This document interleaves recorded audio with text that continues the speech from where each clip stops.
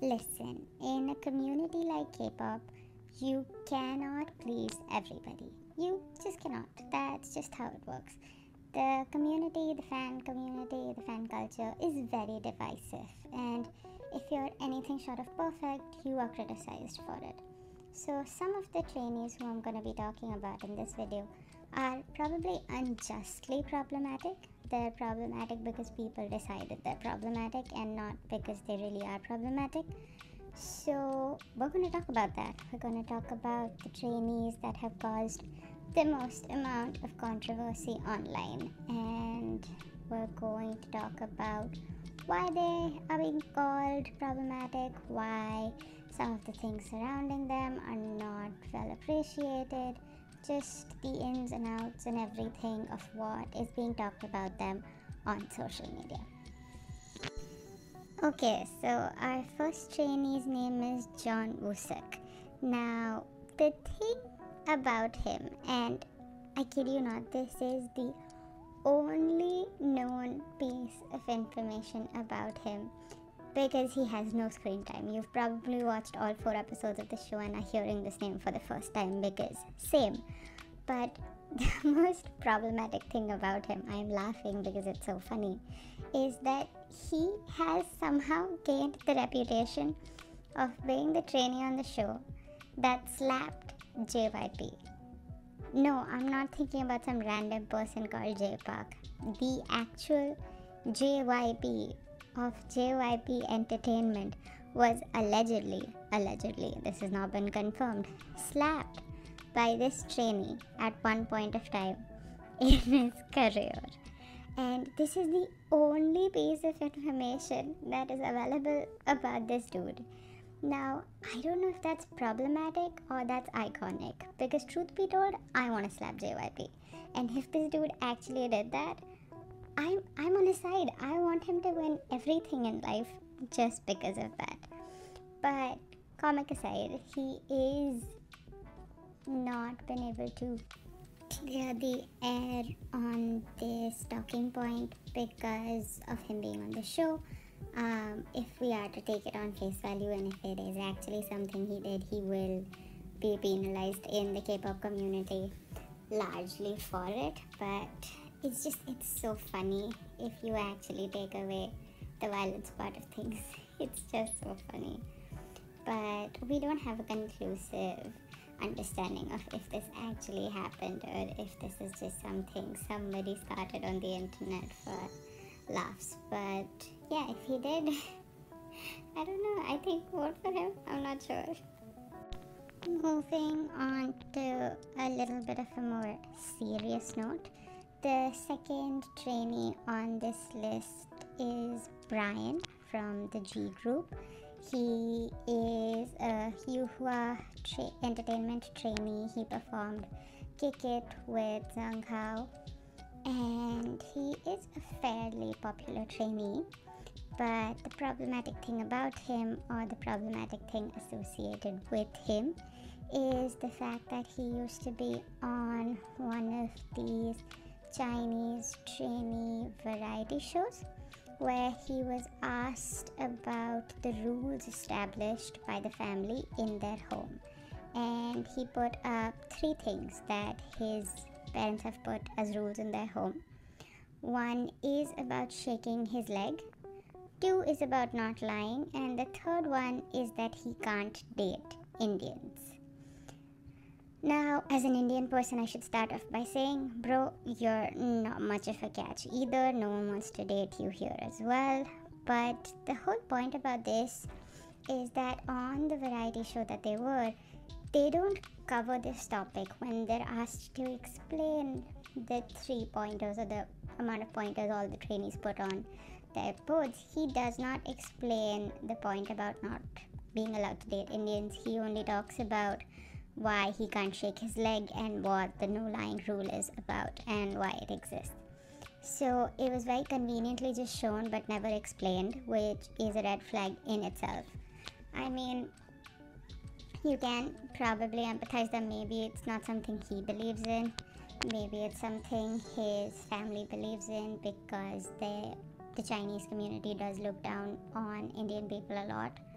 so probably could be that. But the fact that he felt the need to mention this in public or to talk about it like it wasn't a big deal, and then to not even mention it or discuss it, was really disrespectful in my opinion. Like, okay, we can understand that a lot of people's parents are racist, but you don't have to, advertise it so callously.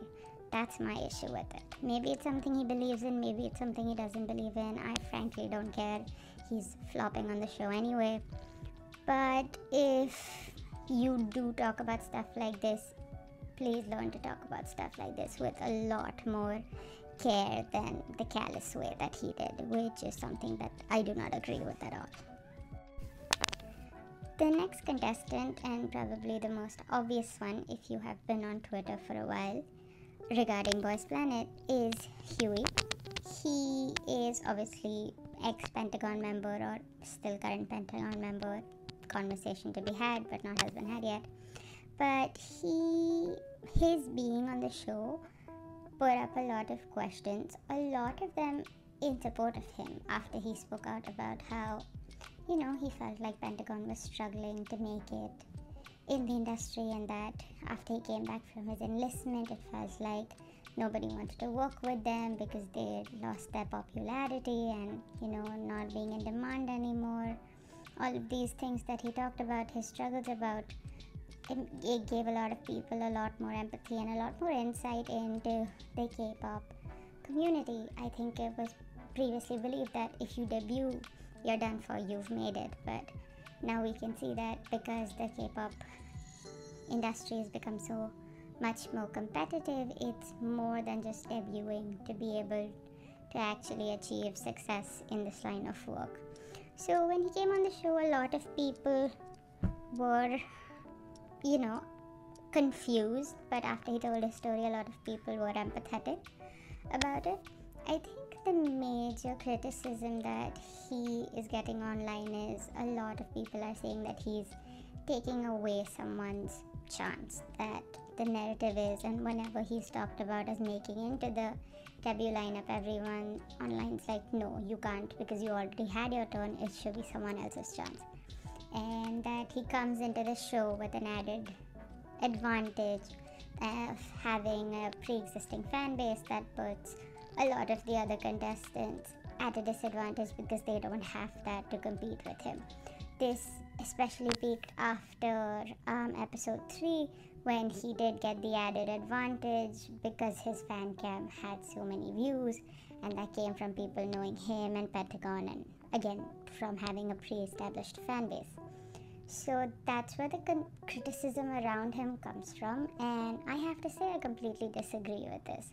I don't think it's fair to make it his problem. I don't think it's something he actively asked for or he wanted. And I don't think having a pre-existing fan base should be a problem to be on a show like this, because there are a lot of trainees who have a pre-existing fan base because of being on previous survival shows or being in previously debuted groups. But again, they're not at the same scale as him. Pentagon's a bigger group than any of the other ones on the show, but I don't think it's something that he deserves to get all the criticism for it, and to say that oh, you had your chance, that's not fair either. Unless you've made it to the top, you've not had a fair chance. So him being on the show doesn't seem like much of a problem to me personally. The next and probably most surprising trainee on this list is Matthew. Now, he is not problematic inherently, okay? This man is a literal angel. He couldn't hurt a fly if he tried.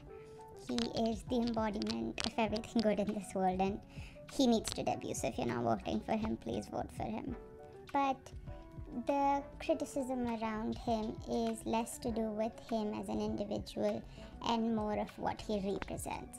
So the show has actively split the contestants into the K group versus the G group, which is the Korean contestants versus the non-Korean contestants.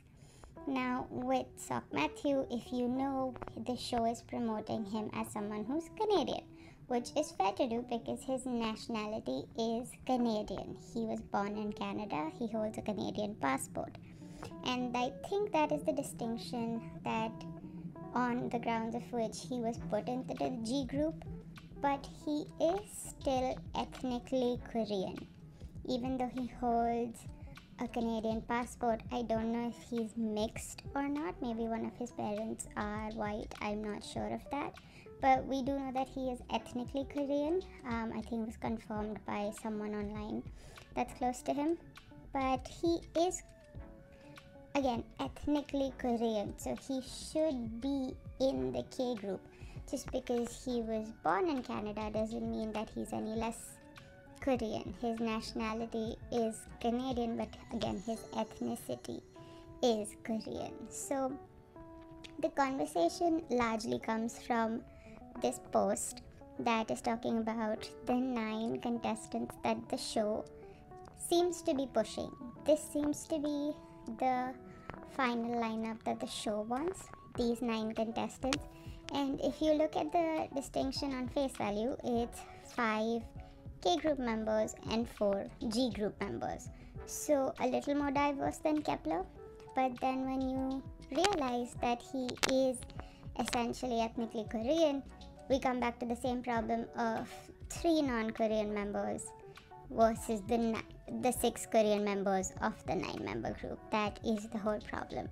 If you're making a survival show like Girls Planet 99 and Boys Planet, that you want to make a global group, the whole point is to be able to cater to the global audience. And when you're not doing that, when you're actively, just recruiting Koreans, it gets a little fishy as to why you're promoting the group as a global group. And I think that's the biggest criticism that surrounds him right now. He is being pushed actively by the show, and for obvious reasons. He's very talented. Again, I said I want him to debut, so I understand why they're pushing him, and I'm liking the fact that they're pushing him a lot more than the other trainees. But it feels like the show is using him as a scapegoat. I feel like if he's in the final lineup and they use him as, say, we've done so much, we have so many international trainees in our group, we have so many international members in our group, I think he'll be playing it unfair on Mnet's part to use him as a global trainee or an international trainee when he is ethnically Korean. And the same, it can be said for Camden as well. He too holds an American passport, was born in America, but is Korean ethnically and is put in the G group. I think the fact that he isn't getting the same amount of criticism about this like Sock Matthew is because of the fact that he's not getting as much screen time as him. So I feel like if he does get the same amount of screen time and may possibly look like he'll make it into the final lineup, he would get the same criticism. But at the moment, he's not at the same place as Matthew, so it makes sense why he's not getting the same criticism. Now, the last and the trainee that you probably know is the most problematic, or is claimed to be the most problematic, is Jay. He has been active on social media for a very, very, very, very long time. I think some of the earliest videos of his are of him from middle school. So imagine 8-9-year-old him, and he's had an online presence since. So because he's had an online presence for a very long time, people have taken instances and moments from those times and kind of blown them out of proportion to characterize him as something that he's not.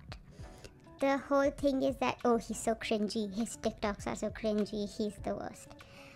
Let me break your bubbles for a second. There are lots of contestants on the show that are cringy. There are lots of idols that are cringy. There are lots of people that are cringy.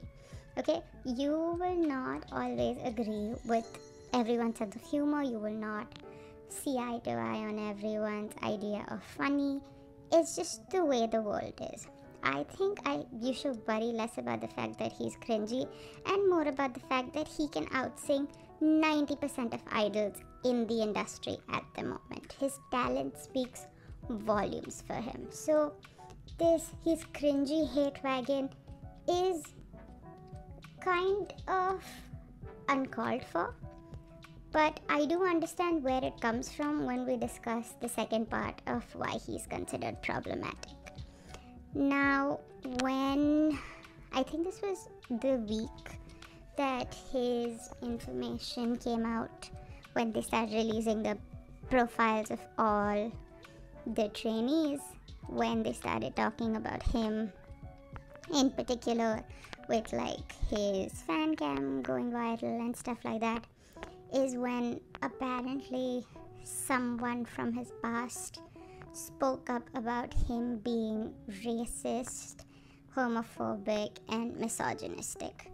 Now, I, for the life of me, cannot find any evidence of what this person said, but I can only find second-hand accounts of what said person said.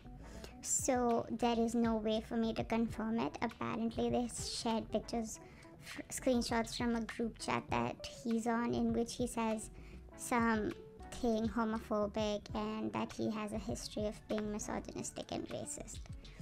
Now, I feel like we have been through this time and time again, where some random person sees an opportunity and criticizes someone they've probably not had a good relationship with.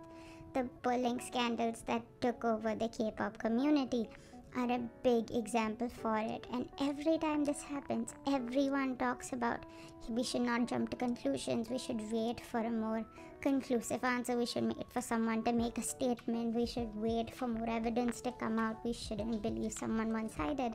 And the next moment when something like this comes out, everyone decides that, oh, this person's bad just because one person said something. I'm not trying to negate what she said. The things that she said about him could very well be true, but that's not the point here. We don't know if it's true or not. We don't know if what this person said was honest or was she fabricating it. We don't know. We will never know until there's a formal investigation put into it. So because of that, you have to be able to be patient on situations like this. And that's why I have not made any conclusive statements about him. I think he's talented. I find his personality fun and entertaining. So that's why I'm voting for him. But if there are instances and evidence about these allegations that come forward, then I will definitely look at it from a more critical lens than I am looking at it right now. The thing though, the bigger problem that I have is that a lot of people don't even know this much about the issue. They've seen this bandwagon hate and they've joined in very conveniently, either out of jealousy because their favorite trainee will never be as talented as him, or because of sheer boredom, that everyone has decided to make him a villain of some sorts, that he is some horrible person where they're overanalyzing every single thing that he does on the show. And that's not okay. That's not okay at all. And I'm here to call you out on your bullshit, because every time, look at the Garam situation, look at the Sujin situation, look at the Leah situation. Every time someone or the other has come up and made false allegations about people, we have come to the conclusion that they were false allegations because we didn't take the time to actually sit and wait and listen to both sides. Because there are people who have spoken up in favor of him. The CEO of his company has spoken up in favor of him. Alexa, I don't know if you know her, she is a fairly popular K-pop idol and is under the same company as him, has spoken up positively about him. He has support from a lot of other popular idols and trainees. So there are people who are speaking in favor of him. We're seeing him with contestants who have more, reputable backgrounds to them. Like Keita is a very respected person on the show, and he is very much close to Jay. So we are seeing a different side of it. Again, I'm not trying to negate what said person said, but even if he said those things, what she was talking about and the time that she was talking about, from what I can understand, was a while ago. Maybe he's not the same person. With social issues like this, with racism and misogyny and homophobia, you have to give people time to grow with it as well, and judge them for the people that they are today, not the ideas that they held or the preconceived notions that they held about these issues beforehand. So if you are someone who has jumped on the J hate bandwagon, I need you to take a minute and stop and realize that this is an actual person. This is not just someone you can joke on. You know, there are real people.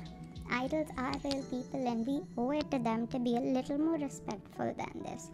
So for now, because we don't have anything confirmed, don't make your judgments about him. Don't say nasty things about him. Don't wish bad things for him, because he truly is talented, and if he is, you know, honest in this situation, I hope he gets to debut, because he is really talented.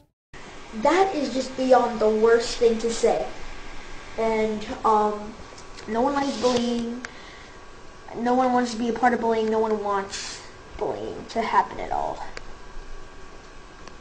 Join the rebellion and like this video, share it, put it on Facebook, put it on Twitter.